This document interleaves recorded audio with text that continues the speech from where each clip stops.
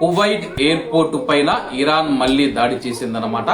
అలాగే ఇక్కడ ముఖ్యంగా గమనించాల్సిన విషయం ఏంటంటే కానీ టెర్మినల్ 1 పైనే దాడి చేస్తూ ఉందన్నమాట ఇరాన్. అలాగే కువైట్ ఎయిర్వేస్ ప్రయాణిస్తూ ఉన్న టెర్మినల్ 4 పైన కానీ జజీరా ఎయిర్వేస్ కు సంబంధించిన టెర్మినల్ 4 మీద దాడులు చేయడం లేదు. కేవలం అంతర్జాతీయ విమానయాన సంస్థలు విమానాలు నడుపుతూ ఉన్న టెర్మినల్ 1 పైన మళ్లీ దాడి చేయడం జరిగిందన్నమాట. ప్రస్తుతం ఇరాన్ చేస్తూ ఉన్న దాడులు ఏదైతే ఉన్నాయో ప్రపంచ దేశాలను కూడా యుద్ధంలోకి లాగే విధంగా ఉన్నాయన్నమాట.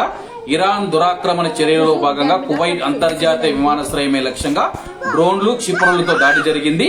విమానాశ్రయంలోని టెర్మినల్ 1 పైన ఈ దాడి జరిగినట్లు కువైట్ పౌర విమానయాన శాఖ వెల్లడించింది.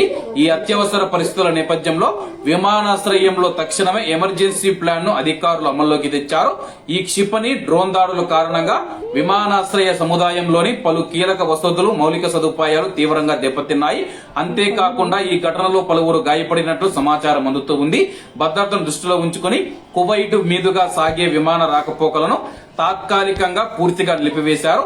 తదుపరి నోటీసు వచ్చేంత వరకు ఇక్కడికి రావాల్సిన అన్ని విమాన సర్వీసులను ప్రత్యామ్నాయ విమానాశ్రయాలకు మళ్లిస్తూ ఉన్నట్లు అధికారులు ప్రకటించారు.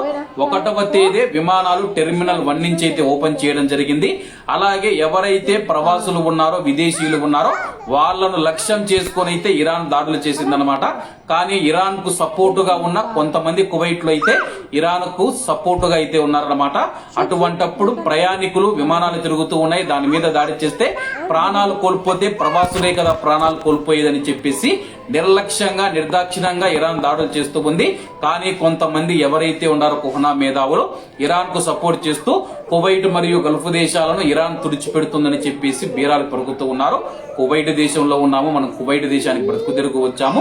కువైట్ దేశం పైన దాడులు జరుగుతూ ఉంటే ఇరాన్ కు సపోర్ట్ చేస్తూ ఉన్న వారిని ఏమనాలో కూడా అర్థం కావడం లేదనమాట.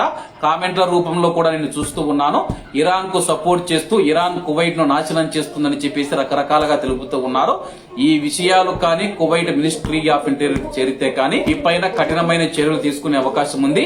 కాబట్టి కువైట్ లో ప్రస్తుతం ఎయిర్పోర్ట్ అయితే మూసివేయబడింది. తదుపరి నోటీసు వచ్చేంత వరకు ఈ యొక్క నిర్ణయం అమల్లో ఉంటుందని